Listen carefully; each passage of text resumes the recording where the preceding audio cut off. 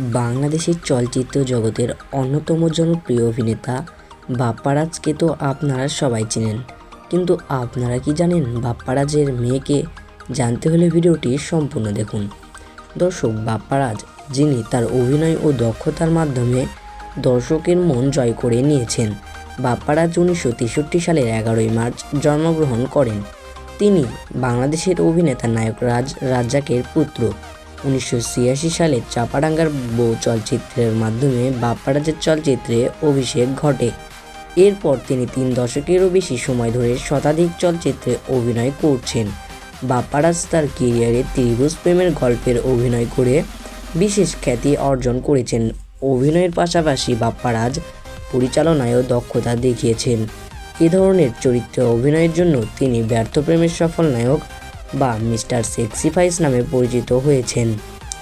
তিনি রক্তঋণ নামে একটি ওয়েব সিরিজে অভিনয় করেছিলেন কিছুদিন আগে, যেখানে তাকে আকর্ষণীয় ধর্মী চলচ্চিত্রে দেখা গিয়েছিল। তো প্রিয় দর্শক, এতক্ষণে আপনারা বাপ্পারাজ এর সম্পর্কে অনেক কিছু তথ্য জেনেছেন, কিন্তু আপনারা অনেকেই ভাবছেন বাপ্পারাজের মেয়েকে। তা জানতে হলে ভিডিওটি সম্পূর্ণ দেখুন। আমি এখন আপনাদেরকে জানাচ্ছি।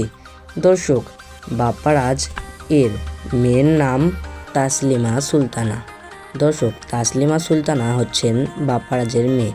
তো দর্শক, আপনাদের যদি ভিডিওটি ভালো লেগে থাকে অবশ্যই একটি লাইক করে চ্যানেলটি সাবস্ক্রাইব করে পাশে থাকা অল নোটিফিকেশন অন করে দিবেন এবং আপনারা কমেন্ট বক্সে কমেন্ট করে জানিয়ে দিন বাপ্পারাজ এর মেয়েকে আপনাদের কেমন লাগলো। ধন্যবাদ।